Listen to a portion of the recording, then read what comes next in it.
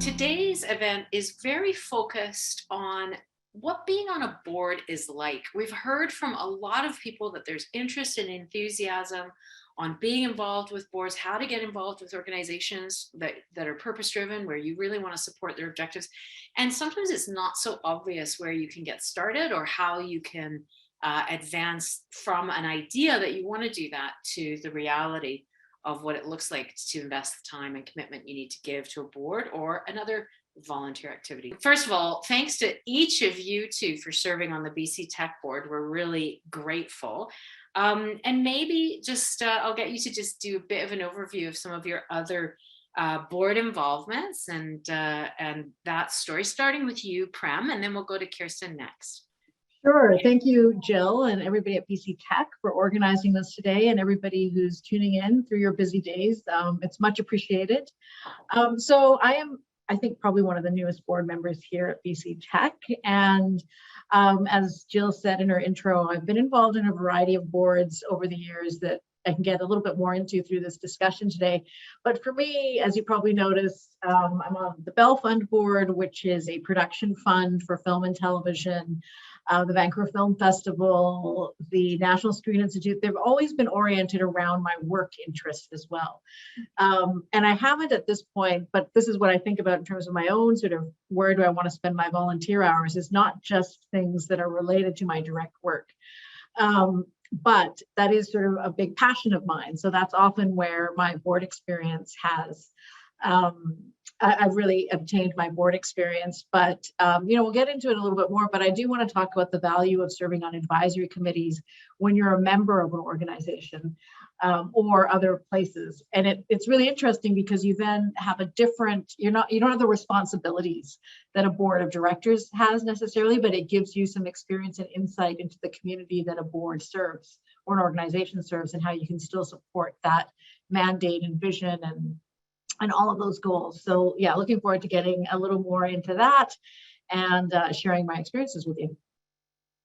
That's great. And you, Kirsten, is there a similar theme to your board involvements? I wish it was easy to explain. It's been quite a journey. They're kind of all over the map and have come from all sorts of different places and spaces. Right now I serve on 6, which, like you, Jill, I have no idea how and why. I ended up with 6, and it is definitely a challenge to balance all that. But as Prem is talking about, they're not all the same. They're not all equal, right? I sit on 2 boards, or 3 boards, sorry, BC Tech, Science World, and the Greater Vancouver Board of Trade, and have different roles on each. I sit on 2 committees. I sit on the Provincial Accessibility Committee here with the province of BC, and I sit on a federal committee for women in the economy. That came up about as a result of COVID and helping women get back into the workforce and back into the economy. And I sit on something called a group, for lack of a better word, the President's Group, which is a group of 25 business leaders that are working together to improve outcomes for people with disabilities, especially with regards to employment. So they're all very different, and they've come into my life in different ways for different reasons. But one thing I would say, just as a first sort of observation, is that they all beget each other. It seems that everybody that I meet on one board somehow draws me to the next board or to the next opportunity or to another place. And I can track that back to the very first board I was on, to the most recent request I had to join and serve. There's a link all the way through. It's interesting how once you start that journey, it really builds a spider's web of network and community. Well, just stepping back just for a moment, I want to just perhaps for the benefit of the audience, just sort of identify that there's lots of different kinds of boards, and they really come with very different expectations. So you could have a private company board, which is often dominated by investors and management. You could have a public company board. Those tend to be larger and have formal governance responsibilities under regulations and acts. There's nonprofit and charity boards that are very focused on purpose-driven organizations with particular missions. Those boards also tend to be little bit larger. There's university boards. I think they're the largest.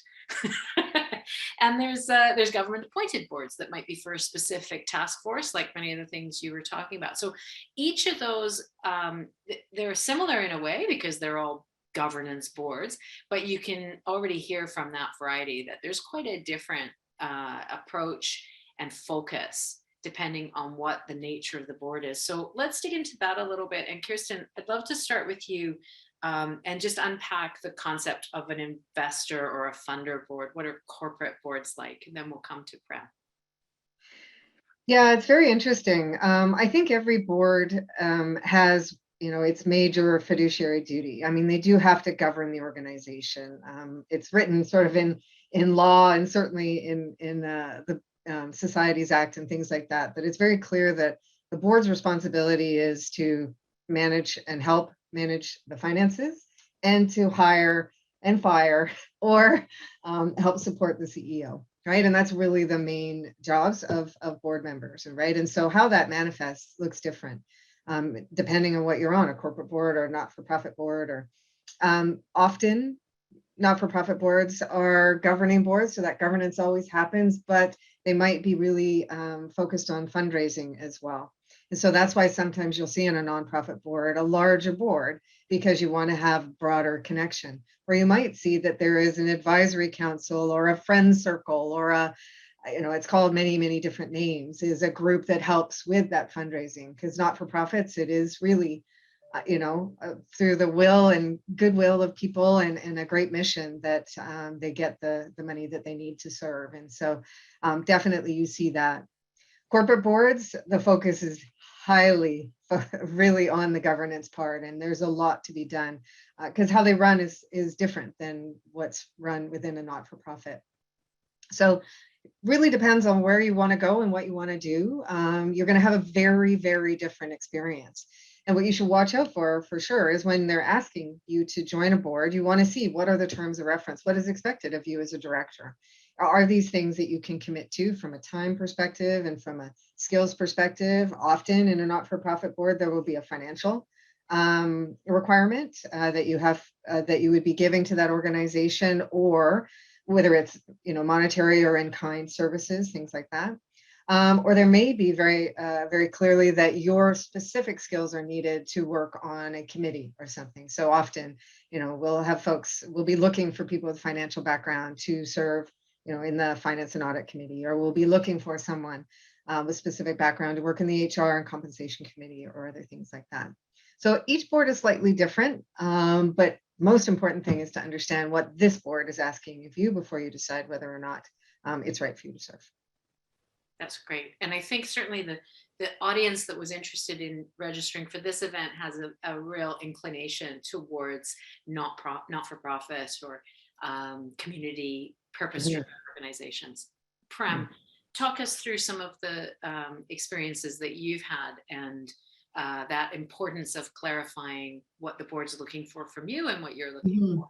Yeah, well, thank you, Kirsten. That was an excellent description of the variety of types of boards and the types of questions to ask. And it just reminded me of prior to joining the BC Tech board, I had an excellent conversation with Kirsten, and we talked about many of the things you just brought up in terms of time commitment. Is it a fundraising board? What are the expectations of a director?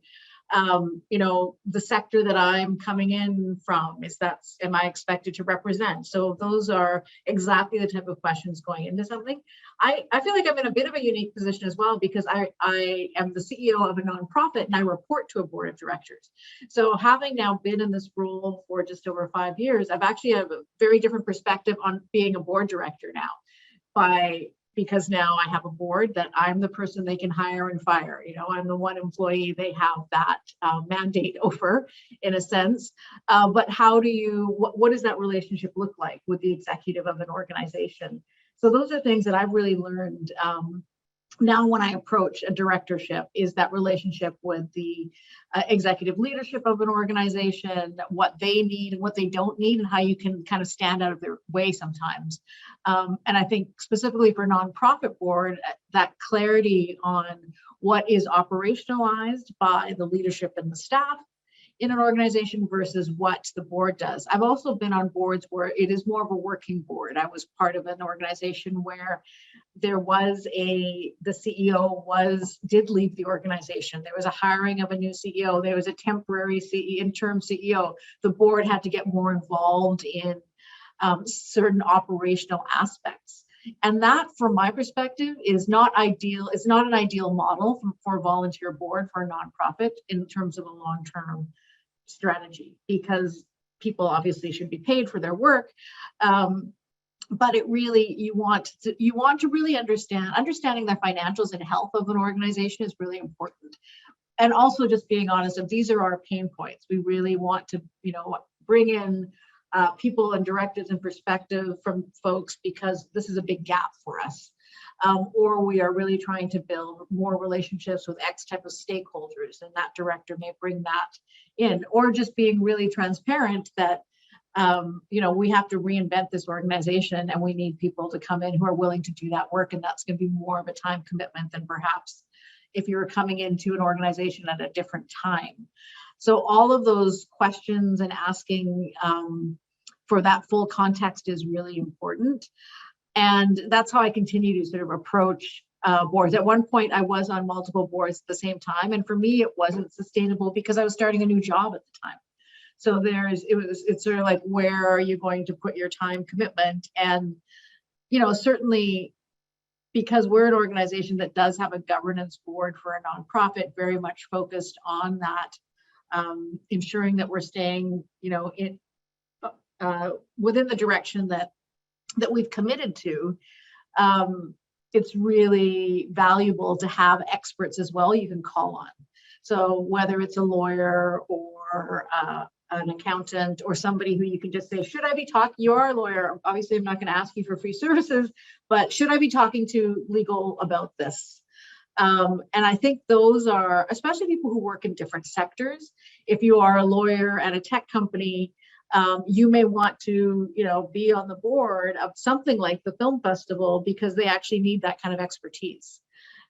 So I think sometimes it's also thinking outside of what you think your regular world might be, but that subject matter or skills that you might bring to the table are really important.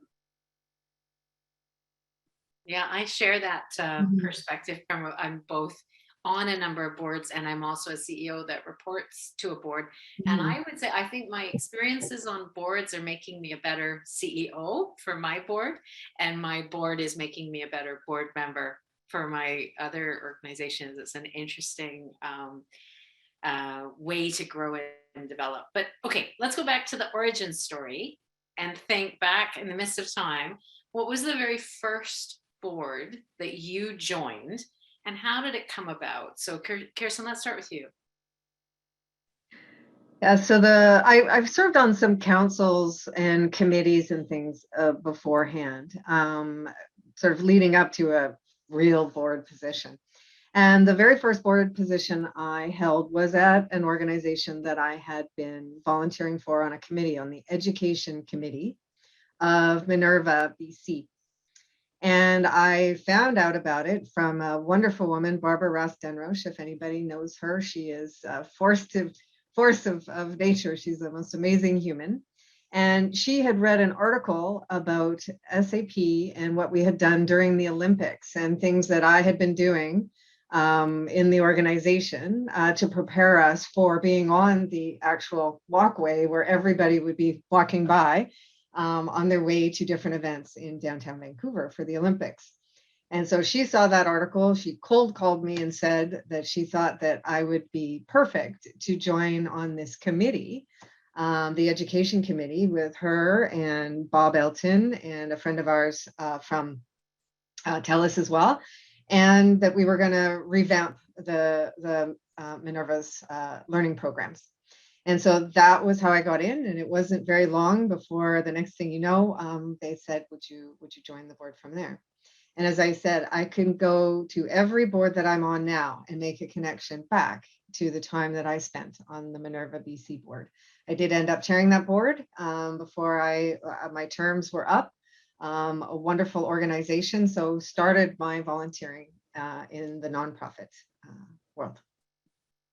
Interesting. And Prem, what was your first? Yeah, actually, when you were talking about Minerva, I had a flashback because I was working at TELUS, and because TELUS was so involved, I did get involved in an advisory committee way back when. I can't even remember what the committee was, but through people I met on that committee, other connections came. And I think sometimes that's something that we don't realize. I think especially in the last couple of years, obviously we're not connecting exactly in the same way, but hopefully more of that to come, in oldie times mixed with the new times a little bit. But the first board, so I had spent a couple of years in Toronto, and I moved back to Vancouver in 2008 because I took on a role at TELUS. And even though I had Vancouver's my hometown, I spent most of my career here, born here, all that stuff, I still felt like I was not connected back into the community. Prior to leaving Vancouver, I worked at City TV. I was part of the launch when City TV first emerged in Vancouver. So I had a very social job. I felt very connected to the city and the community I was in. Coming back, even after a couple of years, I was sort of like, what's happening here? That community kind of became a little more disparate. But I'd always been an avid, patron of the Vancouver Film Festival. I had the opportunity when I was on the other side, working in broadcasting, to be a funder of the festival. So I had connections with the board there. And the board chair was somebody that I'd been introduced to through the former Minister of Finance, long before she was the Minister of Finance. Carol, help me, Gill or Kirsten. Taylor. Carol Taylor. And before Carol James, another Carol, but she was not even in politics at that point. And she introduced me to Michael Francis, who was the longtime chair of the board. Anyways, I reached out to him directly and I said, look, I want to get involved. What does that look like? And I wasn't necessarily even thinking board, but they were recruiting for, board directors at the time. And this was in 2008. And that was really my first experience of learning many things, what it's like when there's long-term people on the board and new members come in. Certainly something I've been very conscious of in this role. Funny story though, when I got this job, Michael was the chair of Creative BC. So it's sort of this funny talk about like networks and connections and people who see you in action in certain places, and a job you might not even be looking for. Somebody calls you and says, hey, you might be interested in where those intersections happen. And I was on that board for about 5 or 6 years. And when I took this role on, I left that board because we were a direct funder and there's always conflicts of interest. So that's something to think about as well, is when you are that comes up for me a lot, is like really making sure that there's not, or that you're very clear about declaring your conflicts when you're joining a board or a committee of any organization, so that there's no blurry lines for you or for the organization as to what you're doing. But I think that the biggest, kind of going back to what you're saying as well, Kirsten, is that you really don't know where these volunteer opportunities, like I loved the film festival. I was so excited to be more involved in it. And I didn't know it would lead to this future job in some kind of funny way. So, that first opportunity for me came by just calling them and saying, hey, how does your board recruitment work? Or your advisory committees, and who do I talk to? And it's usually, you'd go to the board chair or the executive director or the CEO of a nonprofit and start to find out. Yeah, it's very interesting. This was something that we talked about when we were planning this session, right? Although the session is about how you want to be on a board, how to get on a board, it's not always the right first step to say, hi, I'd like to be on your board. I know nothing about you. So sometimes it's helpful to just build a relationship with the organization and lean in and learn a little bit more about their work. Prem, do you mind if I start with you on that? Mm-hmm. How would you advise people to sort of suss out opportunities or demonstrate really authentic interest in an organization's work? Yeah, I think it's also really understanding where your time commitment is going to be, like what you have for time, right? Nobody has enough time. Do boards meet in evenings or or during business hours, all those kinds of things, where you are at in your own career trajectory. But it is, I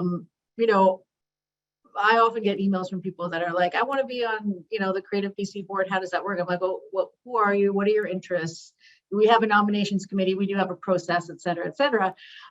We have criteria often that we're looking to fill, like someone who doesn't live in Metro Vancouver, maybe on Vancouver Island, or has that finance experience, et cetera. So sometimes there's, boards often go out themselves. There's usually a nomination committee for many organizations. And I think it's don't cold call unless you really understand what you want to contribute, why you admire this organization or value the work and the contributions they make, and really be able to articulate that back and say, I've been watching your organization, or I've been to many of your events. I have benefited from your program. So, something like Minerva or the YWCA, I think many of their board directors are people who actually have been beneficiaries of their programs or participated in mentorships. There's all kinds of things. So I think if you don't really necessarily always have that connection, even if it's on the periphery, and then sometimes when boards are recruiting, people are approached who don't have that direct connection, but they get to know the organization. That certainly helps if you're the one who's trying to target somebody. If you're looking for board directors, it is really good to have this matrix of what are the things that you're looking for. Gender equity, diversity, all those are really key and important things, because we know that the more diverse voices at any table, the more interesting work gets done at the end of the day. So I don't know if that fully answers your question, Joe, but I think that it's always, the more you care about something, the more engaged you're going to be. And if it feels like, oh my God, there's another meeting, I hate going to these meetings, then obviously, don't do that. It's time to kind of say, it's not my time to be on your board right now, and be very honest about that. Yeah, that's very true. I think I really love what you're saying there about attending events or understanding the work, really understand the core of what the organization does, and then you'll be in a good position to add value as a board member. Kirsten, what's your perspective on that in terms of starting to build a relationship with an organization that you might want to one day be on a board? Yeah, I think it's pretty daunting. It's like the concept of networking. You tell people, oh, you've got a network, and everybody goes into a panic state and is paralyzed in the corner and can't talk to anyone, right? This is the same kind of thing. You want to get on a board, and it's like, oh, like it's so overwhelming, all the possibilities and all the ways to do it, that you get overwhelmed and a bit paralyzed. And so I think try not to make it so hard on yourself. As Prem is describing, I mean, start with what you're already doing. So what are you already involved in? Is there anything to do with health and wellness that you're involved in that you could lean in a little deeper, right? So perhaps you're part of an organization there that you could support further. You go to a rec center all the time, and is there anything there that you could support and help with? You've got kids in school. How can you get involved through the school? There's lots of things that parents can do, sort of get their teeth into it. It could be anything faith-based, or wherever you are spending your time now is the easiest place to start. The second thing I would say is whoever you're spending time with now is an easy place to start as well, right? Ask what they're doing and get interested in where they're involved. And I mean, people follow each other around into these things. I am proof of that. I was on the BC Tech board with two people who recruited me to the Science World board, right? And then you're on the Science World board. Next thing you know, I'm recruiting people from the Science World board onto the Board of Trade board. And so look at the people you already know, right? And who would be a good fit, because you already know them. And then they also know you, so they can help give you an idea. Sort of the last thing I would say, again, to make it seem less daunting, is what's your professional career? What are you working on? And is there an area that you want to contribute more to or get more information on? And so I was able to join boards from my work place, and why they supported me in doing that and let me take work time to do that is because it supported my career and my personal development. And so look for things that will do that, and then hopefully where you work will support you. And it's sort of you're getting twice out of it. You're serving and giving back, but you're also learning and growing yourself. And so I would say look for things like that. You can also, I mean, if you go to formal education, board education, that's a very quick way. I mean, I've had so many people contact me since I graduated from the ICD program, which I hadn't expected that much kind of influx of stuff, which I didn't really need influx. I just wanted a sort of basis of understanding, and I can explain why I went there if we get to that. But stick with what you're doing now, the people you know now, and thinking about, what could help you grow. And then I think you'll be able to narrow it down pretty quickly and figure out an easy path to get started. Thank you. That's great. And then I would also just encourage you, once you've identified an organization that you're really passionate about, you're already involved with them. If you are interested in joining the board, the best place to start is with the question: what is your recruiting process? Can you share the terms of reference for board directors? Are you looking for particular skill sets? And when did people typically join your board? Those kinds of very basic questions, really normal. Best practice is for boards themselves to sort of put out a call for people to join their board, so that they're inviting applications. But you can miss that. They're not doing that every day. So there's nothing wrong with just asking about the process, and then you've got the knowledge. Okay, so now we come to the question that we first started with earlier on, which is, after we gave our laundry list of the many, many organizations that we support, and we all have busy day jobs, how do you manage the time commitments? And Adrian was asking a question, how much time should you expect to spend on each board? So let's try and answer both of those questions. How do we manage the time commitments, and how do you calibrate around expectations at the beginning? Prem, let's start with you. Yeah, I mean, it depends again on the stage that an organization is at and what's happening or required. Most boards in the nonprofit space, in my experience, usually there's half a dozen to 8 board meetings a year, but then there's committee work. So some boards have more active committees, and some don't have any committees other than maybe an audit committee or something. So, and then again, those committees, some of them may meet once or twice a year, some meet more frequently. I can, maybe speak to my experience a little bit on the Bell Fund board. So the Bell Fund is an arm's length production fund that's funded through Bell Media's Canadian content commitments that are required by the CRTC. So there's a percentage of money that goes from all their cable sales towards this fund. And the board, it's a very small staff. So, they're very busy staff. They're a small, tight group, like 4, 5, 6 people. So the board is actually makes the decisions around who receives funding. However, prior to that, there's juries, there's recommendations that come to the board, that these are the projects that we recommend getting funding. 99.9% of the time, those projects get funded, but that's the opportunity where this board asks questions.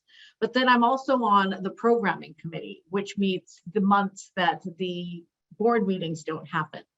So that, going into it, I knew sort of the time commitment. Okay, this board meets 4 to 5 times a year, but the programming committee meets another 5 times. So how do I start to manage and build that time in? Fortunately, this is kind of part of what I do in my work. So it is part of my business scheduling.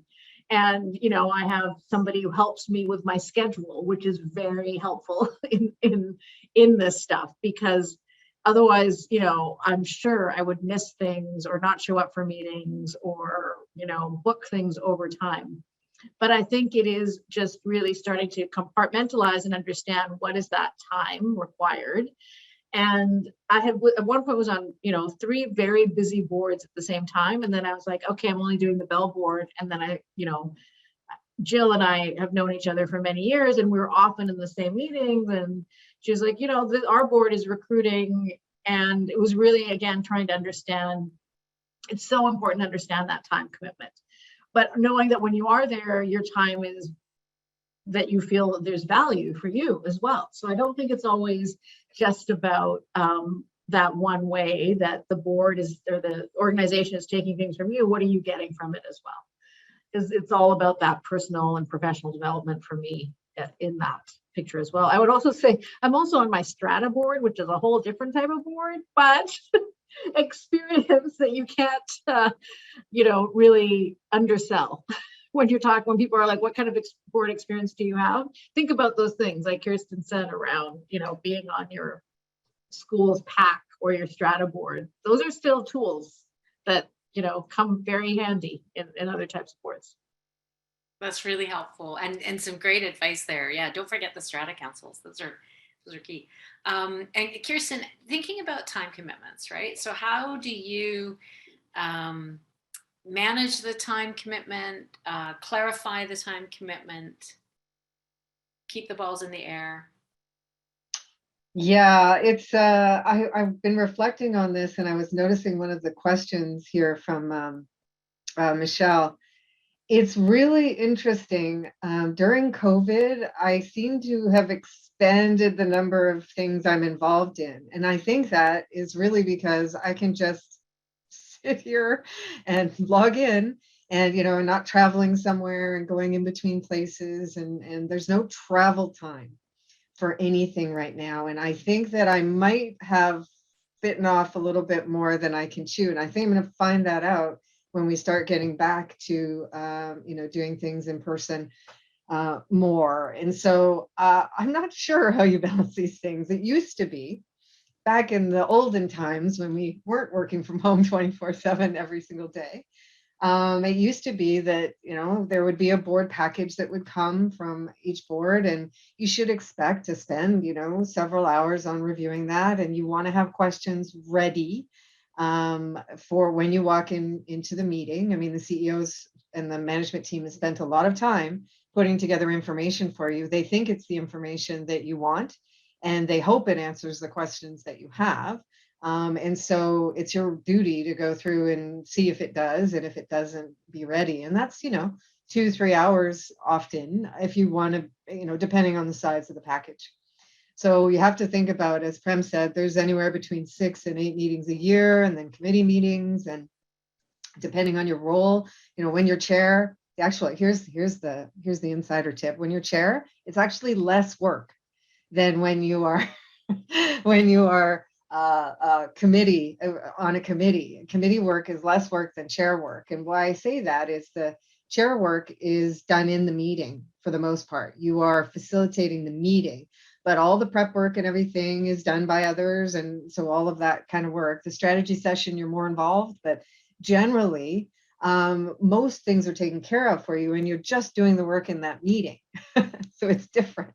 So always go for the chair role, because it's actually a really great role to have. Because you get to see things from a very different perspective. So it does depend on your role, how much time that you spend at ICD. And I'm sorry if somebody's from ICD and I quote this incorrectly. What I'm recalling, even though I could have it wrong, is that they say it's 250 hours a year is the average. I might have misremembered it. So don't get me in trouble if I did, but it's somewhere in the several hundreds of hours of time that if you really want to commit fully to a board, and that might be more a corporate board than perhaps a not-for-profit board, because the packages are often very voluminous, especially on the finance side of things, right? And strategic priority side of things, but it's a significant amount of time. So how do you balance all of that? Well, one thing, I think I mentioned it before, you need the support of your employer, whether it's yourself being self-employed or employer where you work, or your family. If you are not currently employed, you need the support of others to say that this is time you can and should spend. So that's the first thing. You got to sort of get kind of permission and people supporting you in spending that time.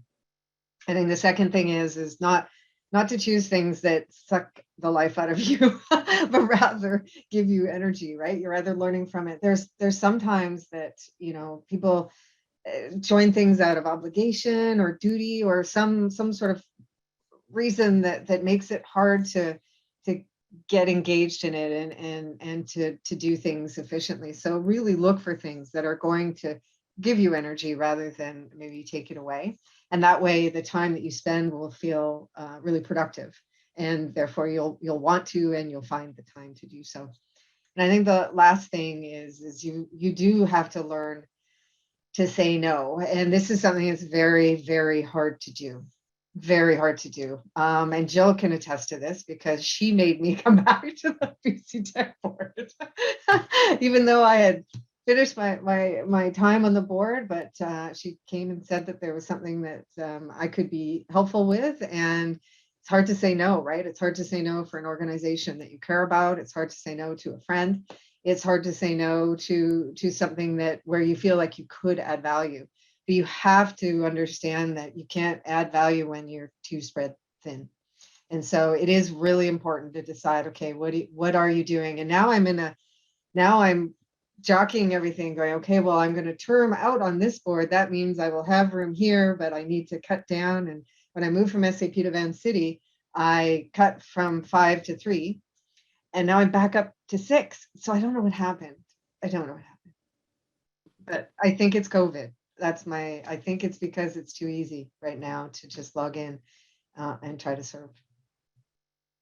Yeah, that could vary. Yeah, I can really see that. And just to be clear, I 100% support you in saying no to absolutely anybody other than me. Of course. So Couldn't do it. I could not do it. One of the things I might, just to bring my own experience, because I listed off a long list of boards in the beginning, virtually all of my board involvements have a clearly identifiable overlap with my day job. So it might take me in an extension of my day job, but for instance, when I'm at the Climate Solutions Advisory Committee, I'm bringing knowledge and information about how technology can help drive climate solutions. So there's a clear, and that's one of the things that I've found to be really important in going through that thought process of where can I invest my time, when is it appropriate to invest my time, and how can I avoid conflicts of interest between my day job and my voluntary commitments. So that's something to bear in mind, and certainly it can also be helpful for your employer to see the clear connection between a voluntary involvement and advancing your career. And then the other thing, to come back to sort of Adrian's question, is you have a really, the time to ask these questions and have these conversations is at the very beginning, not after you're married. So always best to sort of clarify, what are the time commitments? How often does your board meet? Are you looking for particular skill sets? Is there anything in particular you would be looking for me to contribute? And that can sometimes be skill sets, and sometimes it can be perhaps in a fundraising context. Somebody might say, well, I'm really hoping that you can lean in and help us fundraise in this particular area. And then you can reflect on whether that's something that you are equipped to do, able to do, whether there might be a conflict for you in being involved in that way. But just having those conversations up front is really helpful. And it actually does speak to the time commitment point, because then you can clarify that, oh, well, I'd be very happy to help in this way, but I'm afraid I don't think I can take on that role. You'll have heard that both of our other panelists have mentioned finance committees. This is a common question, and I am privileged to be a fellow of the CPA Institute of BC, and I could be on many finance and audit committees. So then that helps you to sort of set some rules about, I find that I can really only competently support one of those kinds of roles at a time. Otherwise, I'm spreading myself too thin. But those are useful conversations to have and sort of explanations to have in mind. Now let's go to dig into Michelle's question just a little bit more. So networking is so key, and really appreciate the discussion. But coming out of a pandemic, we've been at home, we haven't been networking as much as we would normally. So how do you even get started? And how do you get started when you're doing a career pivot? So thoughts for Michelle. Kirsten, let's start with you. Well, Michelle, I spent 26 years in building software at a sort of variety of software companies, all in one line that started with Crystal Services and ended with SAP. And then I left during the pandemic and moved to Vancity to take over running the IT department and all of the work that we're doing in building new digital services. And so I hear ya that this is really a weird time, and I have worked hybrid, I've worked remote. My bosses, because SAP was a very global company, have been all over the world. I've spent almost, no time with my full team together in 15 years because of the distributed nature of the development work that we did. But I have never started a job, and to this moment, I have only seen 2 of my team members in person. One was completely by accident. The other was a planned meeting in 2 years, just about. And so I don't even know what I'm going to do, to be honest, when I get into a room with my team members, let alone strangers again, and trying to network and meet new people. So it's an interesting time. But I think what I'm going to do, just to give you my little tip, I learned something a long time ago in a great course I did called Executive Presence. And in this executive presence course, they talked about something called host behavior. And I thought it was awesome because, the old adage, people won't remember what you said, they'll remember how you made them feel, right? And so host behavior is sort of leaning into that, trying to say that if you act as a host and you try to find out how everybody's doing, if they're okay, if they need anything, not that you're going to be, serving drinks or this kind of stuff, but that you're focused on curiosity of others to find out about them. You'll find the conversations will flow very easily. So I think when I get into the room, like I've been speaking to these people for 2 years like this, but I feel like being in the room with them, it's going to be like day one again. And so that's what I'm going to do. I'm going to start every day like I'm hosting them for the first time and see how it goes. And if you're nervous in a networking environment, it's a great way to do it. Because when you're asking questions, you're not the one answering. And so it's really great if you have nerves about networking or you're getting into a room with people, think about yourself as the host and say, how's your evening going? Are you enjoying the music? What are you drinking? What is that? It looks really good, or whatever it might be. You think about what a host might say, and you'll find that the time will go very quickly and you'll start to make those connections. I think we'll be back to what it felt like before. I think that's great advice. And then Michelle, that's sort of in the networking context, in the sort of reaching out to people context, maybe a couple of ideas of questions you could ask. How has COVID impacted your organization? What is the number one priority that you're working on right now? I'm really interested to get involved on a voluntary basis, right? That kind of open, very similar to Kirsten's be a host, curiosity about the other person. Tell me about what's going on. And this kind of takes us to a question that we wanted to talk about, which is the importance of diversity of all sorts on boards. Because Michelle, you're sort of imagining that you're doing a career pivot and then that somehow might lessen your significance to someone as a board member. I would say almost the opposite. The variety of the experience, and if you know one context deeply and you're moving to a new context, that brings a diversity of perspective that can be really interesting. But let's sit with that for a moment. So Prem and Kirsten, what do you think about the importance of diversity on boards, and how, more importantly, can you build a diverse pipeline? Prem, let's kick off with you. Yeah, I mean, obviously it's been a very, much more a conversation that's I've never seen as strong in the public discourse in the last 2 years, whether it's boards or organizations in general, and the value of a variety of perspectives at any table. But one of the things, again, when I joined the BC Tech Board, I had really great, interesting conversations with Kirsten and Gill on this subject, where it's like, okay, you're really, everybody on your board kind of has the same background, same, there wasn't a lot of diversity. So what is it that you're doing organizationally? And that's really important to me, that it is, and other people that I talk to, whether it's boards or, leadership, executive recruitment in different organizations. What are you actually doing to change the culture? And why do you actually understand or know why the culture is changing? And what is your commitment to that? Because it's not one thing. You can't bring in one person and suddenly everything transforms and we've checked all the boxes. Nobody wants to be the person that is checking boxes for anything. But what is the meaningful long-term view and strategy and really commitment to ED&I activities, that it's everybody's responsibility, not just that board member who visibly looks like they are the, you know, a racialized person like myself, that it's not just my role to do that, represent that. So I think it's really that it has to be embedded across the organization and not just the board of directors, and that commitment is consistent.